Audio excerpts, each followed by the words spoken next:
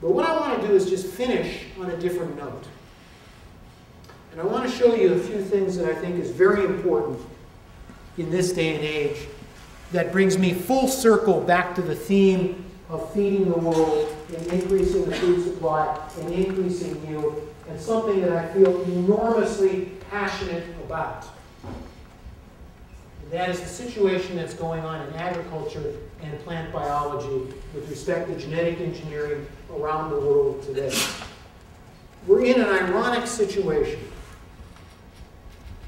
The question is, how are we going to increase these yields in this ironic situation in which science is really more exciting than it's ever been? Even today, Brandon in my lab said that there was another plant genome, the palm genome, was sequenced. There's never been a more exciting time to be in biology. This is the most exciting time that I can ever remember in my entire career, because now we're beginning to understand the mechanisms that, and again, with respect to plants, make a plant or a seed a seed. And you can see here is all the plant genomes, data already as of today, that have been sequenced. We know all the genes in these genomes. We don't know what they do, but at least we know what they are. And furthermore, many of the genes contribute to the traits that we need to know and use and manipulate in order to increase yield and increase the food supply. And I've showed you some that may be involved in seed number, seed size, but clearly growth rate, organ size, architecture, flowering time, genes that make better uptake of nutrients, resistance to drought, heat. All of these things contribute to making a better crop and contribute to higher yields. And furthermore, many of these genes have been used in bioengineered crops, which are dominant in the United States today with respect to both corn, soybeans, and also cotton. In Canada, canola, some of the things that we've been involved with have genetically engineered for hybrids in canola. If you go in Canada, where I was just last week in Saskatchewan, you can see tons of canola fields that have some of the genes that we discovered in our lab right in them that have at least 30% higher yield in canola oil. And so clearly there's been an adoption of bioengineering and an adoption of bioengineered crops more rapidly than anything that's ever been done in agriculture before. And furthermore, despite what you might think or read, many of these bioengineered crops are helping poor people. In fact, the most significant benefits of bioengineered crops using genetic engineering have been poor farmers. Pesticide use has been going down because of insect-resistant crops. Profits have been going up, and incomes of these farmers have been going up. And if you're only making $300 a year, and your income goes to $700 a year, that's a huge increase in income, which can be very significant in terms of what you do with your family, and how you survive, and how you prosper. Nevertheless, for the last decade, there's been a battle. Genetic engineering has not been universally welcomed. There is a small but vocal group of people, primarily in Europe, who are opposed to the use of genetically modified crops. The point is, over the last 10 years, those of us who do this have been engaged in a battle, and it has been a battle, and it's consumed an enormous amount of intellectual and financial capital in order to be able to convince people that these are the safest crops, the safest plants, the most tested crops that have ever been produced in the history of mankind. In order to get a genetically engineered crop into the field takes 10 years of testing and $20 million. In order to get a new peanut plant, which has been developed by conventional breeding, that is full of allergens, which is responsible for killing 3,000 people a year because they're allergic to peanut allergens, requires no money and no regulation.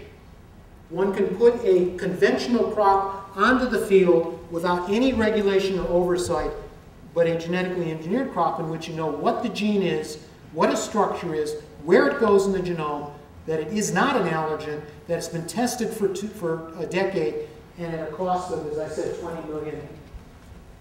It's a contradiction.